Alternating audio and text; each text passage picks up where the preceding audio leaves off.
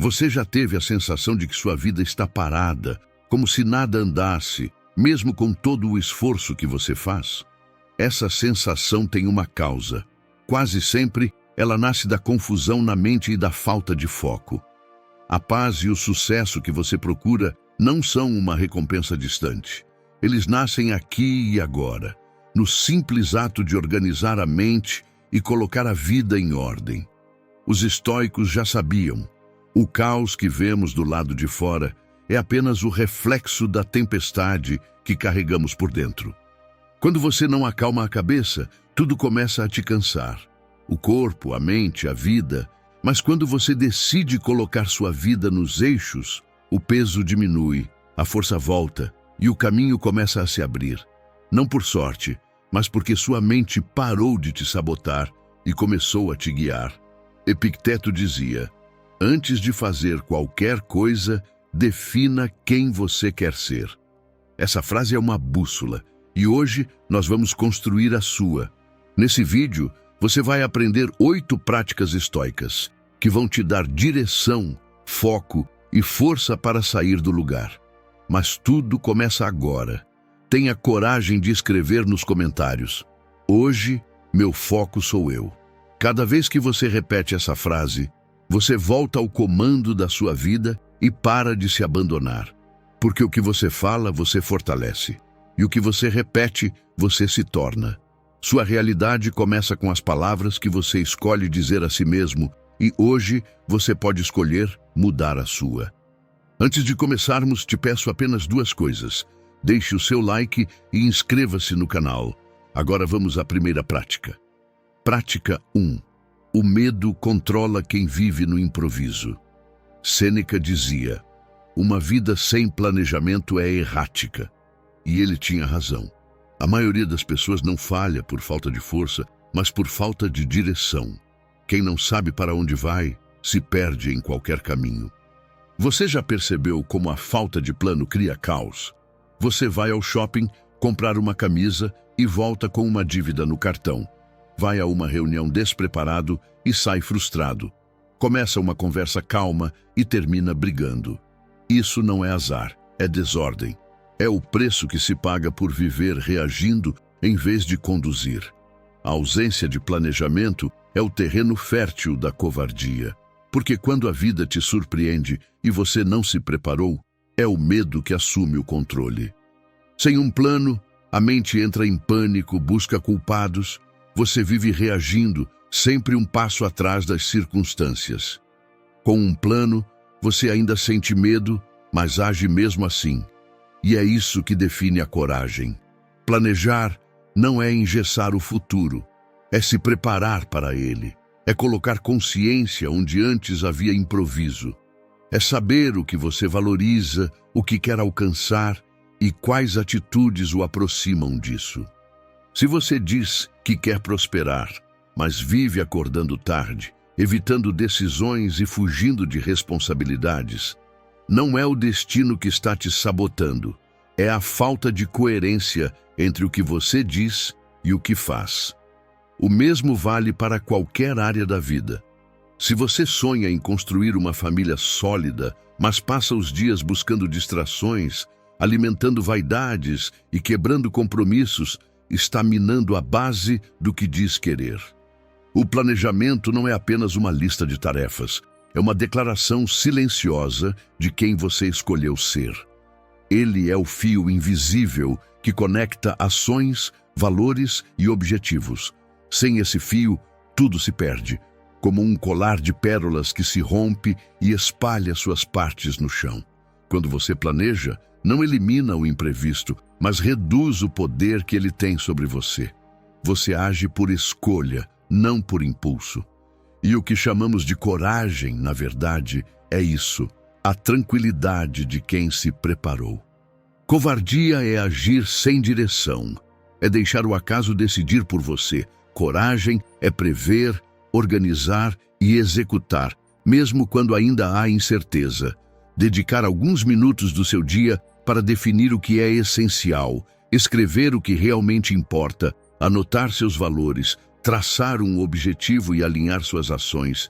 É mais do que produtividade, é autodomínio. Esse simples hábito reorganiza o pensamento, acalma a mente e devolve o controle sobre sua própria história. Aos poucos, você começa a perceber algo silencioso acontecendo. As coisas param de te empurrar e você passa a conduzir. A pressa cede lugar à direção e o medo perde força diante da clareza. É como se você voltasse pouco a pouco a ocupar o seu próprio lugar no mundo. Você deixa de correr atrás das coisas e passa a caminhar com elas na mesma direção. E se você quer arrumar sua vida, esse é o caminho. Planejar com consciência, agir com consistência e manter o olhar firme no que é essencial. Porque a coragem não nasce do improviso, nasce do preparo que te torna capaz de enfrentar o que vier, com serenidade e decisão. Prática 2. Nada é mais forte que o foco. Epicteto dizia: quando deixas tua atenção se desviar por um pequeno tempo, não penses que vais recuperá-la quando desejares. Ele sabia que perder o foco não é um acidente, é um hábito. E quanto mais o praticamos, mais difícil se torna voltar a ter controle sobre a própria mente. Pense em algo simples. Você abre o celular para responder uma mensagem e 10 minutos depois está rolando a tela, vendo vídeos que nem lembra por quê. Não foi falta de tempo, foi distração. E essa mesma distração se infiltra em tudo. Nos projetos que você começa e não termina, nas metas que você esquece, nas conversas que você não ouve de verdade. O mesmo acontece com seus objetivos. Você quer crescer, mas se perde nas urgências do dia. Quer estudar, mas abre o celular por 1 minuto que vira meia hora. A vida se enche de ruído e o essencial se apaga. E quando o essencial se apaga, você começa a viver em piloto automático, ocupado o tempo todo, mas avançando pouco. David Meyer, cientista cognitivo da Universidade de Michigan, lembra que Einstein não inventou a teoria da relatividade enquanto respondia e-mails ou revisava outros trabalhos no departamento de patentes. As grandes descobertas surgem quando a mente está inteira em uma coisa só. E esse é o ponto. A atenção é um músculo e você escolhe todos os dias se está treinando foco ou distração. Cada interrupção que você aceita, cada aba aberta sem motivo, cada notificação que te arranca do presente, é um pequeno treino de dispersão.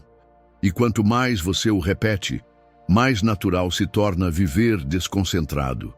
Mas o foco não é apenas produtividade, é presença. Estar presente significa sentir o que está fazendo, viver o instante, perceber o que acontece dentro e fora de si. Sem presença, tudo vira ruído. Você termina o dia cansado, mas com a sensação de que nada realmente aconteceu. Epicteto nos alertava que a atenção é uma virtude. Perder-se dela é perder o domínio sobre si. Por isso, o exercício não é apenas desligar o celular, mas retomar o comando da própria mente. É relembrar que a vida está acontecendo agora, e cada desvio de atenção é um pequeno roubo daquilo que você nunca poderá recuperar. O tempo vivido sem consciência. Antes de iniciar uma tarefa, pergunte-se: o que estou realmente fazendo agora? E cada vez que sentir vontade de se levantar, de abrir outra janela, de desviar o olhar, pratique o retorno. Volte ao que importa. A maior armadilha do nosso tempo não é a pressa, é a distração. Quem controla o seu olhar, controla o seu destino. Por isso, aqui vai seu desafio. Nos próximos 7 dias, escolha um momento do dia e pratique foco total. Pode ser estudando, cozinhando, lendo, ou apenas conversando com alguém sem olhar o celular. Treine estar inteiro, porque quanto mais você se concentra, mais fácil se torna resistir às distrações. Sua atenção é o seu bem mais valioso. Ela é o filtro entre o que te fortalece e o que te enfraquece. E quando você aprende a protegê-la, descobre que não é o tempo que falta. É a presença que estava sendo desperdiçada. E lembre-se, Dominar a atenção é dominar a direção da própria vida, porque tudo o que cresce floresce primeiro no foco. Prática 3. Vença primeiro no básico. Se existe um padrão silencioso que define o rumo da sua vida, é esse. O modo como você faz o que é pequeno é o mesmo modo como fará o que é grande. Pode parecer simples, mas é uma das leis mais implacáveis do comportamento humano.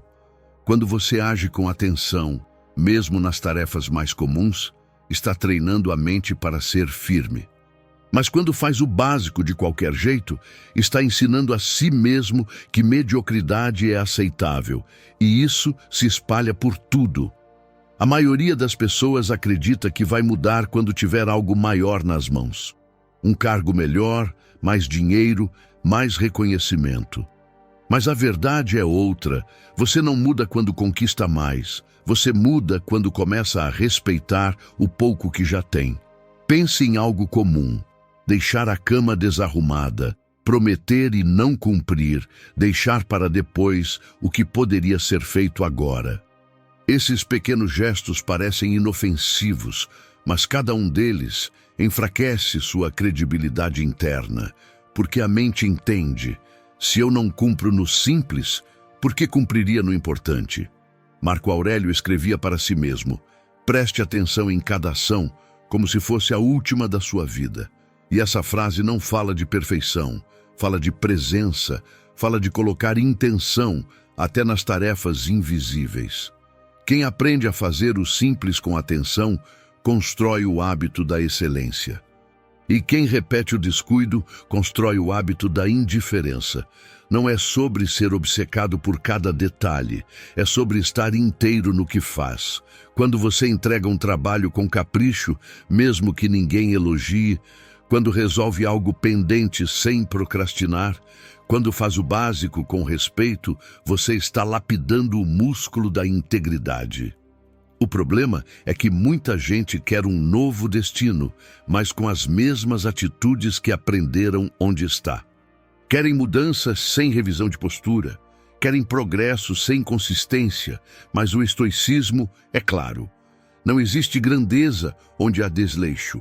Por isso, aqui está seu desafio.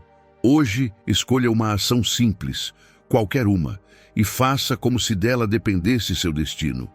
Faça com calma, com atenção, com propósito, porque cada gesto é um ensaio da vida que você quer viver, e quem honra o pouco, prova ao universo que está pronto para o muito.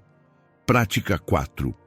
Tudo chega para quem não desiste no meio do caminho.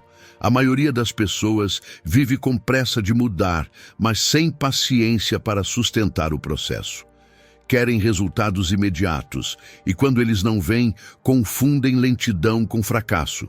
Sonham alto, mas desistem cedo.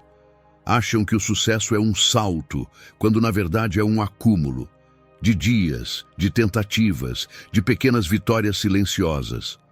O conceito de cauda longa é simples.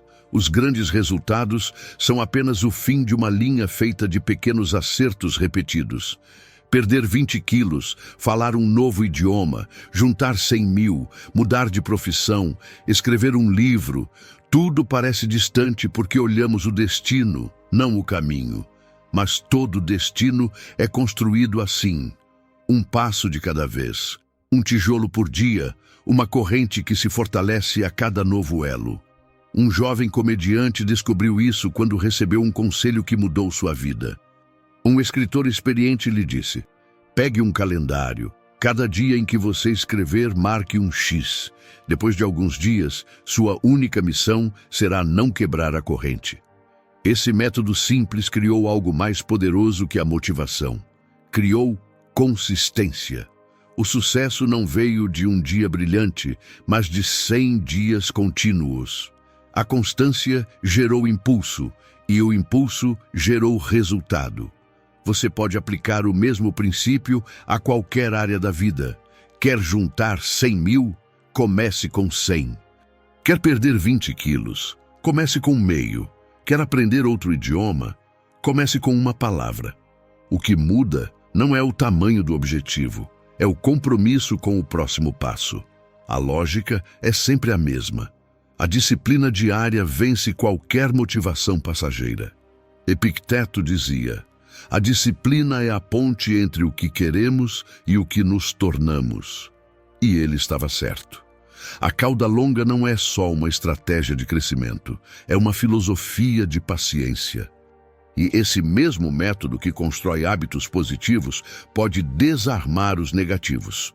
Você pode usá-lo para parar de reclamar por um dia, para controlar a irritação antes que ela cresça, para adiar o cigarro por mais algumas horas, para vencer o impulso de procrastinar ou reagir sem pensar.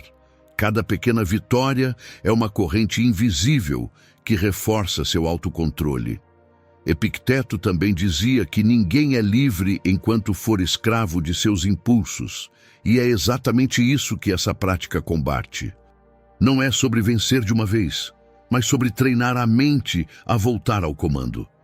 A consistência é o que faz o corpo obedecer, a emoção se acalmar e a vontade se tornar hábito. Com o tempo, o esforço diminui e o progresso acelera.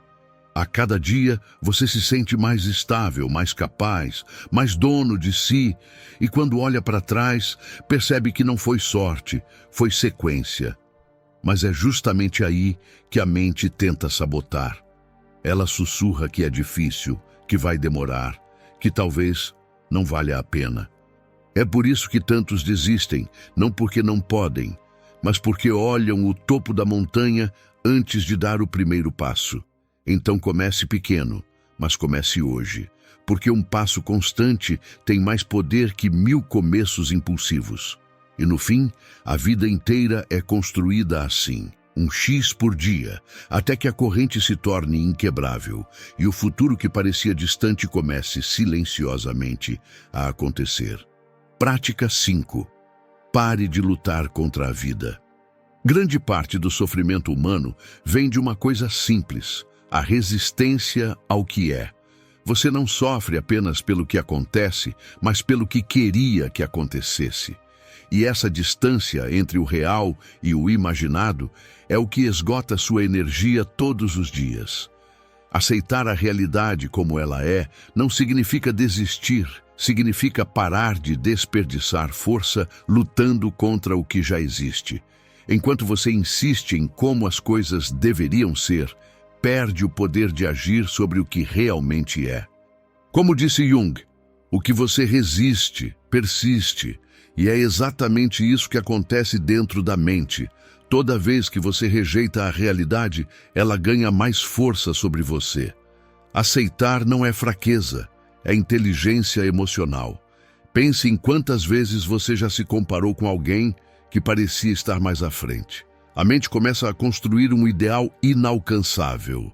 A casa perfeita, o corpo perfeito, o relacionamento perfeito, a vida perfeita. Mas quanto mais você olha para fora, menos enxerga o que já tem. É como correr atrás do horizonte. Não importa o quanto avance, ele sempre se afasta. Só quando você encara o que é, sem negação, sem fantasia, é que pode transformar o que está ao seu alcance. O estoicismo ensina que a liberdade nasce da aceitação. Marco Aurélio escreveu: "As maiores bênçãos estão dentro de nós." E isso não é poesia. É um lembrete de que o que você procura muitas vezes já está presente, apenas ofuscado pelas comparações e expectativas irreais. Aceitar não é se conformar, é enxergar com sobriedade. Quando você aceita onde está, entende o que precisa mudar e o que só precisa ser valorizado.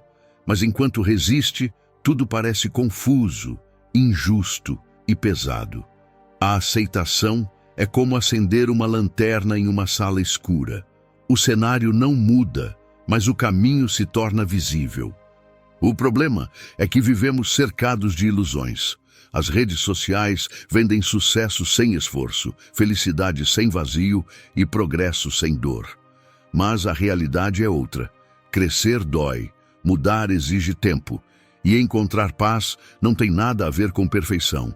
Por isso, aqui está o seu desafio. Pare de se comparar e olhe de verdade para a sua vida. Valorize o que você já construiu. Reconheça o que ainda precisa melhorar e aceite o momento onde está. Porque é só quando você encara a realidade sem filtros que surge o poder de agir com sabedoria. A gratidão é o antídoto contra o auto-engano. Ela interrompe o ciclo mental da escassez e devolve o comando à mente. Quando você pratica a gratidão, não está se iludindo, está reconhecendo o que já é real, o que já funciona, o que já tem valor, mesmo em meio às dificuldades. Esse simples ato muda sua relação com a vida, porque desloca o foco da falta para a força. Então, faça o exercício agora. Pense em 3 coisas pelas quais você é grato e dedique 1 minuto para agradecer de verdade. Essa pausa consciente te reconecta com o presente, o único lugar onde algo pode ser transformado. Aceitar não é se render, é se preparar. Porque a vida não espera que você goste do que acontece, ela espera que você use o que acontece para crescer. Prática 6. Honre seu corpo. Você pode ter uma mente brilhante e uma agenda cheia de conquistas, mas se o seu corpo for negligenciado, tudo o que você constrói começa a ruir por dentro. Comer de qualquer jeito, dormir pouco, viver cansado, tudo isso tem um preço. E mais cedo ou mais tarde, o corpo cobra a conta. Arianna Huffington disse uma vez: o sono não é um luxo, é um pilar essencial para uma vida bem-sucedida. E ela está certa. Muitas vezes, o que você chama de falta de foco, de irritação ou de desânimo, é apenas o corpo pedindo socorro. Um corpo tenso produz uma mente impaciente. Um corpo esgotado produz decisões confusas. Os estoicos sabiam disso. Eles treinavam o corpo não por vaidade, mas por respeito. Para eles, a força física era uma forma de disciplina espiritual. Cuidar do corpo era cuidar do templo onde habita a razão. Sêneca mergulhava em águas frias todas as manhãs para fortalecer o espírito. Marco Aurélio falava sobre enfrentar o frio, o cansaço e a dor como exercícios da vontade. Eles entendiam que sem vigor físico não há estabilidade emocional. Arrumar a sua vida não é apenas colocar as coisas no lugar do lado de fora. É colocar o seu corpo em harmonia com o que você deseja viver. Porque não existe clareza mental quando o corpo está sobrecarregado, nem equilíbrio emocional quando o físico está em colapso. Você pode organizar a rotina, planejar a carreira, cuidar da casa, mas se não cuidar de si, tudo volta a desabar. Cuidar do corpo não é luxo, é base. É o ponto de partida de toda mudança real. O corpo é o instrumento que executa as decisões da mente. Se ele está fraco, a vontade também enfraquece. A mente precisa de um corpo disposto, descansado e nutrido para agir com sabedoria. Quando o corpo está bem, as emoções param de gritar. A mente respira e a alma se organiza. Uma mente sã requer um corpo são. E isso começa com escolhas simples. Hoje, você pode decidir dormir meia hora mais cedo, beber um copo de água com atenção, se alongar por 5 minutos, ou comer algo que realmente nutra. Não importa o tamanho da ação. O que importa é a decisão de se respeitar. E se você acha que não tem tempo, lembre-se. Cuidar do corpo não exige horas, exige consciência. Você não precisa mudar tudo de uma vez, basta mudar a forma como se trata. Troque o não tenho tempo por hoje eu me priorizo, porque toda transformação começa quando você para de adiar o que te sustenta. Cuidar do corpo é mais do que estética, é compromisso com a vida. É dizer a si mesmo, eu mereço funcionar bem. Quando o corpo está equilibrado, a mente clareia, as emoções se acalmam e a energia volta a fluir. Então aqui vai ser o desafio. Escolha uma ação física que simbolize respeito por si mesmo e faça hoje. Pode ser um treino, uma caminhada, uma refeição tranquila, um descanso verdadeiro, porque um corpo forte é o que sustenta uma mente clara. E quem ignora essa base perde a força para sustentar o próprio sucesso. Prática 7. Nada é punição, tudo é lapidação. Epicteto dizia: não se trata de termos a opção de encontrar algo bom na adversidade, mas sim de que é nosso dever fazê-lo. E essa frase resume o que a filosofia estoica ensina de forma mais poderosa. A vida não para nos poupar dos golpes. Cabe a nós aprender a usá-los como degraus. Enquanto houver inteligência em você, haverá a capacidade de perceber uma vantagem, mesmo em meio à dor. Você pode não controlar o que acontece, mas pode sempre decidir o que fazer com o que acontece. Essa é a diferença entre o que sofre e o que se fortalece. Enquanto um pergunta por que comigo, o outro pensa: o que posso aprender com isso? Os estoicos eram mestres nessa arte. Para eles, cada dificuldade era um campo de treino da alma. Perder algo ensinava desprendimento, ser humilhado ensinava humildade, ser contrariado ensinava paciência. Nada era perda total. Sempre havia algo a ser ganho, mesmo que fosse apenas sabedoria. E você também pode treinar essa visão. Tem um emprego que odeia? É o lugar onde você aprende resiliência, responsabilidade e domínio emocional. Saiu de um relacionamento frustrante? Foi ali que descobriu a própria coragem de se abrir e a capacidade de seguir em frente. Tem filhos que te desafiam todos os dias? É o maior exercício de paciência e amor incondicional que alguém pode viver. Arrumar sua mente não é eliminar os obstáculos, é aprender a transformá-los em combustível. Tudo o que te acontece pode ser usado ou contra você ou a seu favor. A dor que te desanima pode ser a mesma que te desperta. A rejeição que te fere pode ser a mesma que te liberta. O fracasso que te humilha pode ser o mesmo que te ensina a recomeçar com mais clareza. Viktor Frankl, sobrevivente do Holocausto, dizia: quando não podemos mudar uma situação, somos desafiados a mudar a nós mesmos. E é exatamente isso que diferencia quem vive ressentido de quem vive fortalecido. As circunstâncias são neutras, é a interpretação que define se elas te quebram ou te constroem. Daqui para frente, toda vez que algo te frustrar, respire e pergunte a si mesmo: o que isso está tentando me ensinar agora? Essa simples pergunta muda a direção do pensamento, e onde antes havia peso, começa a surgir clareza. A adversidade nunca vem para te destruir, vem para revelar a força que você ainda não sabia que tinha. E quando você aprende a tirar vantagem de tudo o que acontece, a vida deixa de ser uma sucessão de problemas e se torna um campo de evolução. Prática 8. Faça sua parte. A vida faz o resto. Sêneca dizia que adiar as coisas é o maior desperdício de vida, e ele não poderia estar mais certo. Todos os dias adiamos algo, esperando o momento certo, a motivação certa, o cenário perfeito, e enquanto esperamos, a vida segue.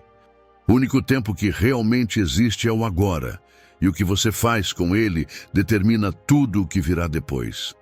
Pense na vida como um vasto campo.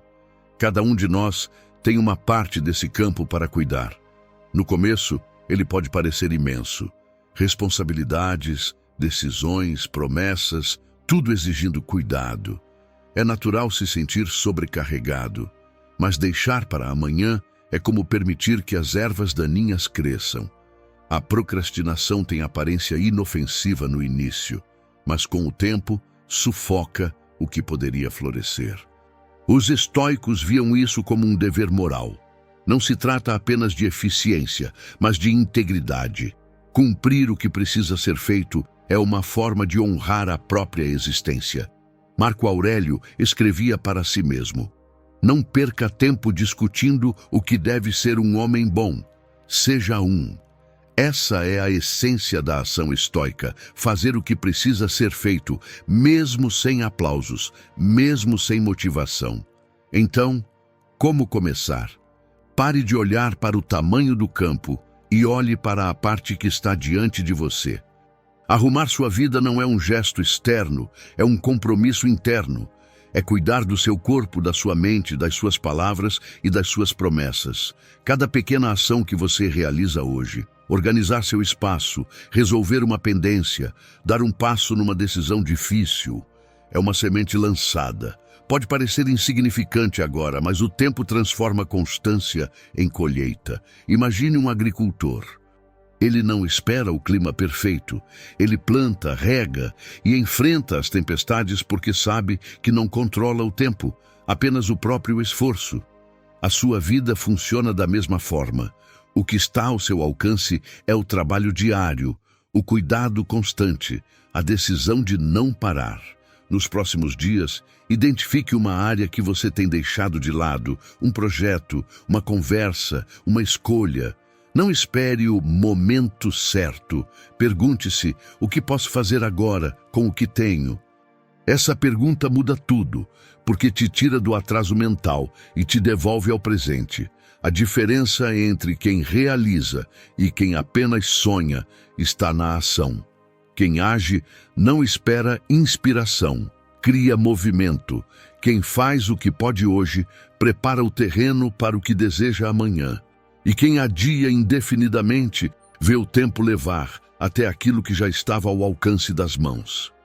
A vida não espera, as condições perfeitas não virão. Mas você pode agir, mesmo imperfeitamente, agora.